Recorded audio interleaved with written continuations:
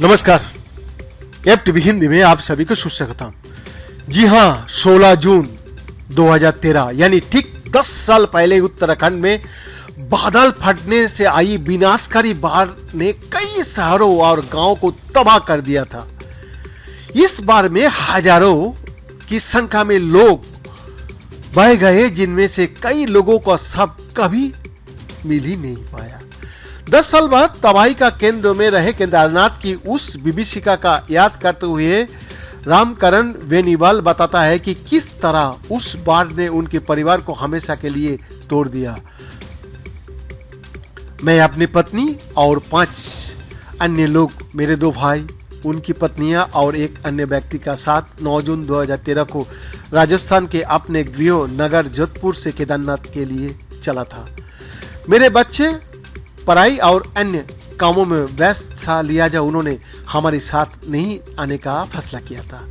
मेरी पत्नी छोटा देवी और मैं उस विभीषिका का दिन से पहले तक 3 मुख्य धाम बद्रीनाथ, जमुनोत्री और गंगोत्री जा चुके थे। तब केवल केदारनाथ ही जाना बचा था।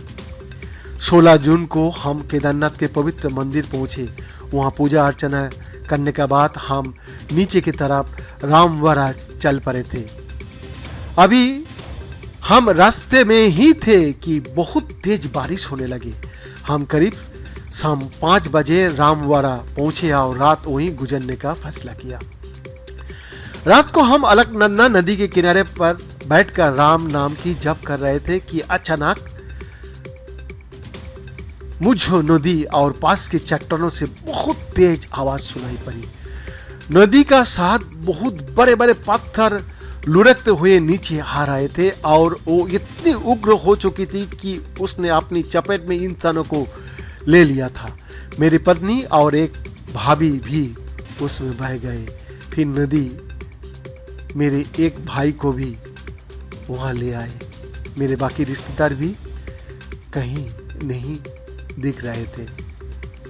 मैं दौड़कर एक बड़े पत्थर का पास खड़ा हुआ ताकि उस भूस्खलन की वजह से नदी में ऊपर से आती पत्थरों को चपेट में आने से बच सकूं।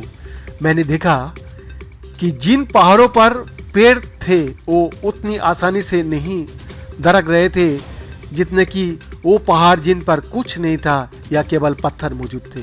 मैं तेजी से दौड़कर उन पेड़ों वाली एक पहाड़ी का एक पेड़ पर चढ़कर उसकी शाखा से लिपट गया।